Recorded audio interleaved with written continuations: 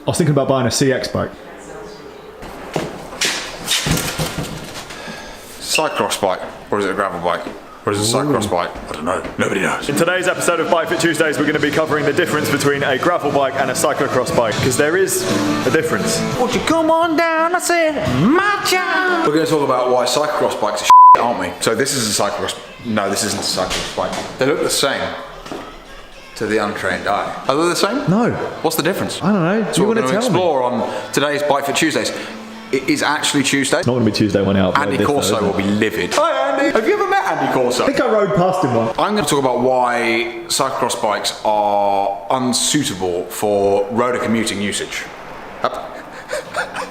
Can't focus when you're fucking pulling that face behind your camera. This is an unwilling customer's bike. Cannondale Cat X, great bike. Unfortunately, very, very popular in the commuting realm for all of the wrong reasons. It's a very popular designer bicycle to be used for commuting, most for the fact that most manufacturers have tended to add rack and mudguard mounts as a means of making them a little bit more utilitarian. The problem with a bike like this is it's geared up essentially for cyclocross. Now, I guess that doesn't really translate to being particularly appropriate for riding on the road. In order to understand why it's inappropriate, you've got to think about cyclocross racing and why cyclocross racing is different to road cycling. Now, the average speed on a cyclocross World Cup circuit is about 40 kilometers an hour. We know this because Andy and I researched it the other day when we were having an argument about why cyclocross bikes are shit. On a normal road ride, it's relatively common to be able to clock up over 60 kilometers an hour. Would you agree? Just out in the normal world. What that means is that the geometry of a bike like this is designed specifically for the purposes of riding under 40 kilometers an hour. So with that in mind, it's got short wheelbase, the head angle is steeper, the top tube is shorter, the head tube is shorter. The whole thing is generally geared towards low speed agility than it is about high speed stability. And that's kind of where the gravel bike thing is going to come in a little bit later on. You often hear the argument about them being more durable, even though they utilize road components. An FSA Gossamer crank on it, road crank. It's got Mavic Axiom wheels on it, road wheel. There's nothing more durable about this bike than there is about a road bike. The durability argument essentially goes out the window. It kind of leaves, well, what's the point of even riding one of these? In my opinion, there isn't. So if I do choose one of these for winter mileage, what sort of problems am I going to encounter riding it? Think about the general fundamentals of cyclocross geometry. It's got a short wheelbase for low speed agility. It's got a tall seat tube to make the thing easier to shoulder, so it's a common practice in cyclocross racing. It's got a high bottom bracket, which increases your center of gravity, mostly to increase ground clearance for riding off-road. I mean, cyclocross racing is essentially riding a racing bike, more or less, off-road. When you put that type of bike into a different scenario where you're talking 60, 70, maybe even 80 kilometers an hour, high speed, descent for example, the thing's going to feel a lot more skittish than you might find from a traditional road bike. Which kind of leads us on to talk about gravel bikes. Now, gravel bikes are the latest and greatest buzzword in road cycling, and I guess in order to talk about one, we should probably get one, right? Enter the slightly more modern, humble gravel bike. This is a cheap shit one. The two bikes we've got in front of us are fundamentally the same size, same price. Same brand. Same brand. A lot of people online just question the difference, if there is a difference at all, between gravel and cross. There is a big difference. There's a massive difference. Which is the geometry mainly?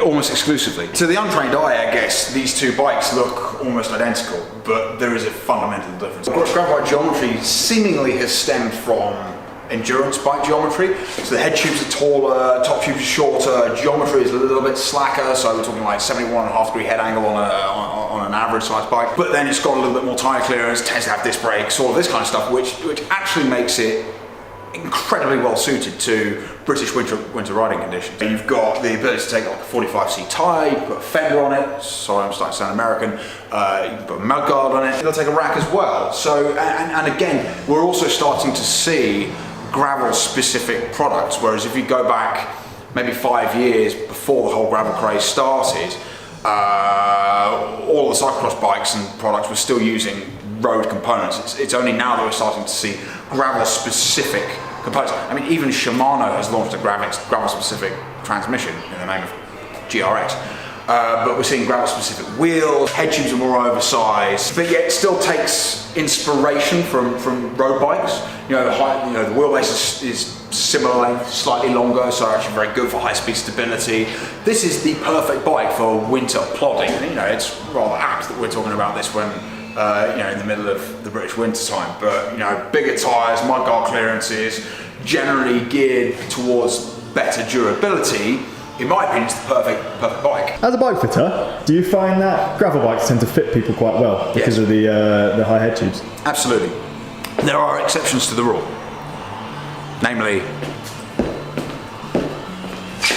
the open unbeaten path. It's like a Pinarello dogma, really aggressive. I mean, I can tolerate a reasonable position, but I end up with like 30mm of spaces underneath my stem on my open, because it wasn't really the right bike for our Vietnam trip. I don't think I'd bike pack on one again. So there you go. If you're looking for a winter bike, gravel bike over cross bike, nearly always the better choice because of the geometry. As always with Bike Fit Tuesdays, I'll put the link down below to James's website if you want to book a fit with him.